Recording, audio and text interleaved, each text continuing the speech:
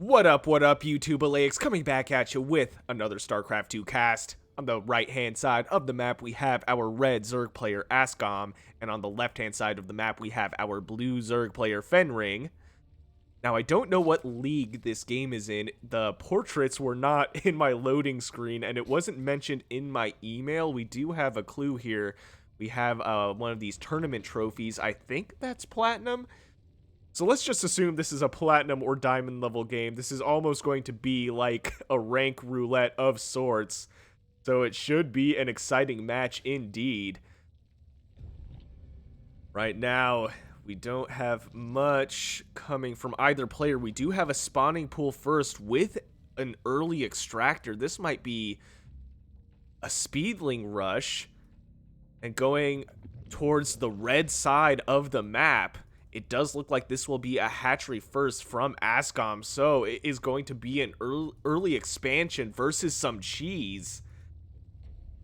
This is going to be a very interesting start indeed. We do not see any spawning pool or production coming from the red player just yet. It looks like a spawning pool will be put down, but way later than the spawning pool from our blue Zerg player, so this is going to be a very, very awkward situation for Askom. He is going to be caught very, very off guard. We have what looks to be two overlords coming towards the blue side of the map. Fenring isn't even bothering to scout. Actually, I spoke too soon. We do have an overlord that was hiding in the top right-hand side of the map. It looks like it is going to stay put, though. And we have 3 drones moving out.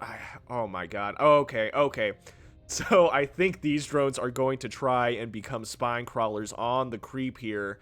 So they are going for a more or less blind rush. I suppose if there wasn't going to be an expansion here, they would just throw down spine crawlers in the main base. But this is interesting.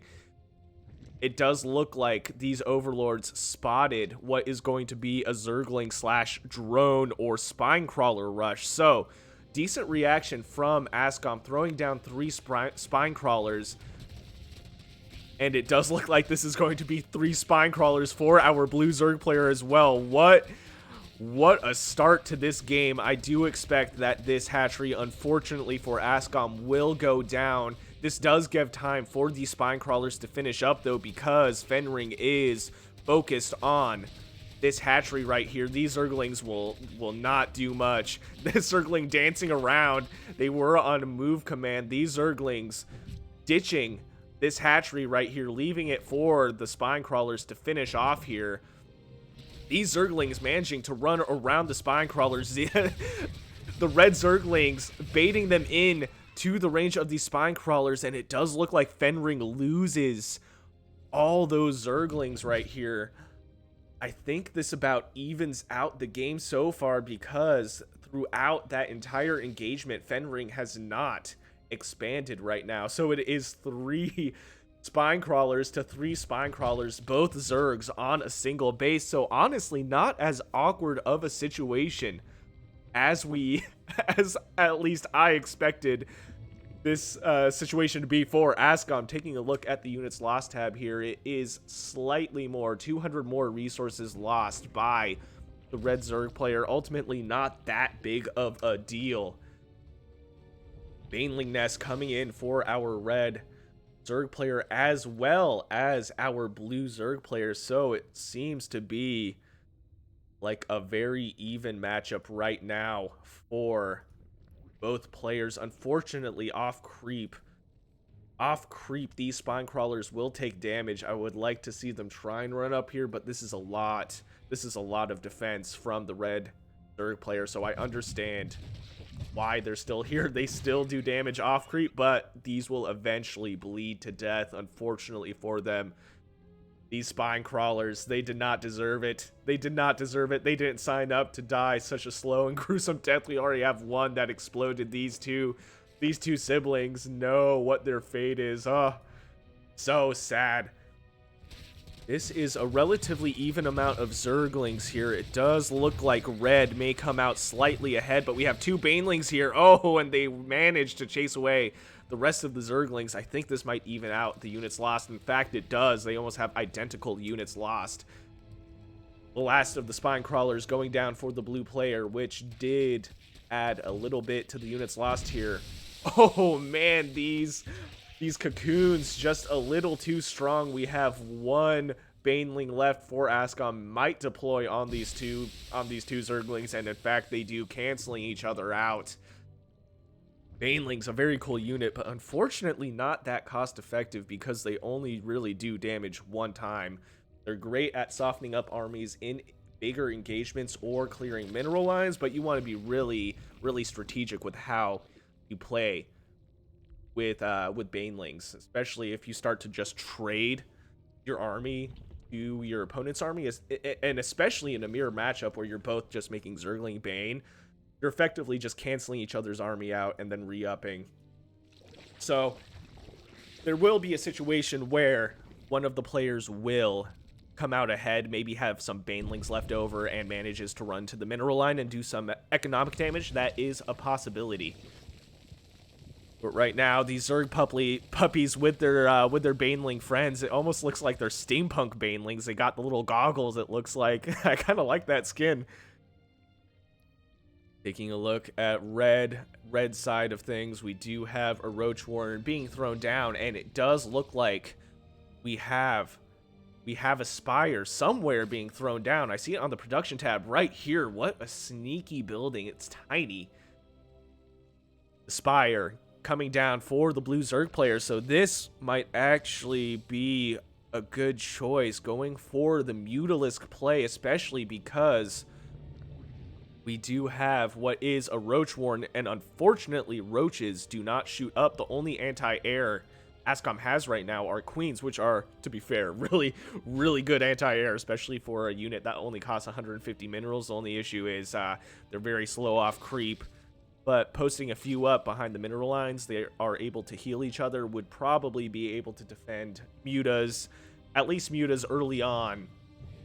Once the mutas get their numbers increased, the red Zerg player is going to have to think about getting not only spore crawlers, but possibly hydralisks, just something that shoots up.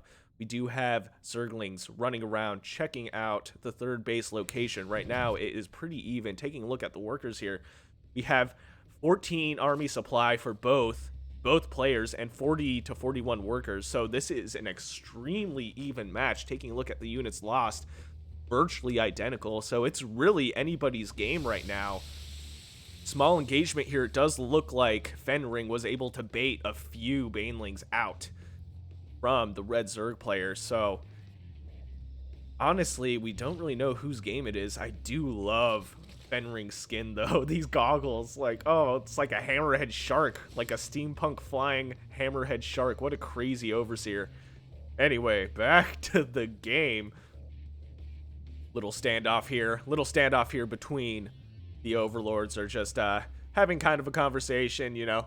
Pretty neutral unit. They don't attack, so really the only thing they can do is stare each other down. Does look like Askom cleared out this pocket base because there are minerals that block off any sort of expansion that the player might want to put down. So Askom was able to clear this out first, will get the third base down. This will put him ahead of his blue opponent here because we only have a 2-base play so far from Fenring. We do have 3 mutas on the way, and what looks to be a Nidus worm, a Nidus network. I have a feeling that it will be placed right here. We do have this Overlord, which was, and here it is, this Overlord was placed here in the early game. I wonder if Fenring was planning on doing this all along because it was not used for scouting. I don't know if Askom sees this yet. This, here we go. We got the Banelings coming in, trying to defend this. Zerglings running around, able to take shots from the 2 Banelings. Unfortunately, we have way too many roaches here. They will take out this Nidus worm instantly. I do like what Fenring was going for, but unfortunately, Askom just had way too many ground units. The unfortunate thing about that is ground units do not shoot up. Mutalisks would have a heck of a time cleaning up these mineral lines here, but this is a lot of army for the red Zerg player. He is virtually 30 army supply ahead of his blue opponent here. Askom also morphing more banelings here. Unfortunately, we have these steampunk mutalisks. These mechy, more like cyberpunk mutalisks, let's be honest here. Oh no, and the army getting stuck briefly in this tunnel of spine crawlers. They do make it. Unfortunately, as I was saying, these units do not shoot up. These mutalisks, defensive mutalisks here, able to clean up the entire Zerg army here. It is now down to a more or less even army supply, and Fenring will be able to counter with this. We do have 11 Hydralisks on the way. They will be able to do some pretty good defense here. The only issue is Mutalisks are very, very fast. They will be able to disengage this army if they so choose. I think this might be too many Hydralisks for Fenring to handle here. Losing a good chunk of mutas, only has 4 mutas left from that engagement. Those Hydralisks came out at the perfect time. Now, this third base has been here in existence for quite a while, but has not really been established. It did go down before Fenring's base, but Fenring was able to saturate this one faster than his opponent here, and it is now almost 60 workers to 38. This might put Fenring ahead economically. Right now, they are virtually at the same supply, but it is way, way in favor of the blue Zerg player. So still anybody's game. I do like Red's army composition though. It does look like Fenring is still committing to the Mutalisk play, but I don't know. These Hydralisks are just going to be too good at taking them out. The Mutas will not be able to engage them directly. I would like to see more Zerglings coming out from the blue player. We also have Corruptors, which is an interesting choice right now. We don't have a lot that the Corruptors could do against this kind of army composition from the red Zerg player, and he is going in for another attack here. These Hydralisks running so fast on creep, they are just slithering away. They will take out this fourth base.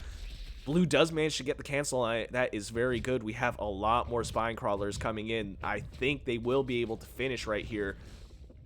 The 4 spine crawlers were able to push away this red army, and this will give the 3 extra spine crawlers the opportunity to finish. This is a pretty good amount of defense here, and they are positioned quite well. I think they would take out, to be fair, a lot of Red's army here. So he is running back home, droning up. We are seeing quite an interesting game so far. That start was crazy. Right here, we do have a lurker den. This is going to be very interesting.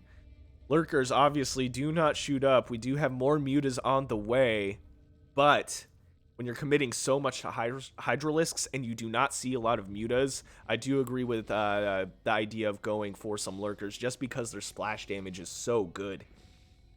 And virtually similar army supply right now, so man, it's still anybody's game. I talked about it in one of my casts, but normally watching a game, you can kind of tell which player is going to be ahead or if they are getting a win condition composition. But right now, I really don't know. I would like to see Fenring use these mutas to start throwing harassment down in the mineral lines while Zerg is out of position. The mutas are very fast. He would be able to disengage very quickly if he so chose to do. Okay, what is this? We have another Nidus Worm given... okay, this is really interesting. So we have this Mutalisk here giving sight to this location on the map, throwing a Nidus Worm down sort of out of the way, and it is going to be pressure on the mineral line here. These banelings running in, unfortunately deploying just a little bit too early. I think I would have liked to see them go into the main area of the mineral line. Good reaction by Askom though, moving those drones out of the way. I love this location of the Nidus Worm. It's not so close to the Zerg base that it would go down immediately. It is tucked away, and I do like the use of this Mutalisk giving it sight. Normally, I feel like you see sight given by an Overlord, but there's no reason a Mutalisk can't do it. Does bait a few of these Hydralisks, but unfortunately, they are not able to get that satisfying kill on the single Mutalisk. It is able to run home to its family. Fourth base being put down once again by our blue Zerg player Fenring. Army supply is in favor of Fenring. It is 112 army to 86, but the workers' supply has swung into the direction of the red Zerg player. He is now in favor. He has 10 workers over the 56 workers of his blue opponent here. So, taking a look at the units lost tab here, virtually identical in terms of resources. I still don't know who's ahead right now. I think it's still anybody's game. Oh, that is so cool. These corruptors have little thrusters on them. They have like little jets. That's so sick. Cyberpunk Zerg right here. And here we have it, the Broodlords. I should have figured this out sooner. Going for a Broodlord play, making corruptors when there's no use for corruptors, of course. Going for the Cyberpunk Broodlords. They have like little backpacks on with jets. They're like jetpacks, and now we have the Broodlings, unfortunately so strong. Decent engagement with those mutas. I think this is too many Hydralisks though. These Broodlords will run away. They are a little bit faster after this patch here. Just repositioning themselves in a good spot right here. Unfortunately, the Hydralisks just getting overwhelmed by the Broodlings and the Mutalisks. I think if Askom microed this just a little bit more efficiently here, he would have been able to target down the Broodlords, and that would have given him free reign over the Mutalisks. It was really the Broodlords that were doing the majority of the damage here. Broodlings are just so good. They do so much DPS. The only issue is that Broodlords are relatively slow and can be sniped if they are caught out of position. But unfortunately now, I think these Broodlords have just survived long enough.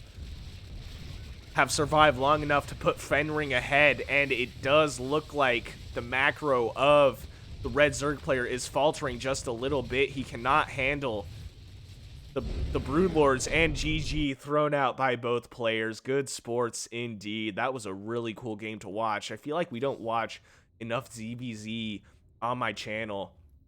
That opener, that was a crazy opener. Normally with Cheese, you want to hope that you're ahead, otherwise you lose, but it worked out in just the perfect way. It evened out the game, so neither player was really ahead or behind, and it allowed the game to progress into a more standard macro play style. And unfortunately, Broodlords are a good win condition if the player can't defend against it, and unfortunately just did not micro those Hydralisks well enough and was able to get overrun by the Broodlings from the Broodlords with the support of the Mutalisks. So I think those Hydralisks should have run under the Broodlords, started focus firing them down, then they would have been able to take out those Mutalisks and keep Askom in the game. But unfortunately, that did not work out for him, and Fenring coming out victorious. Very cool game.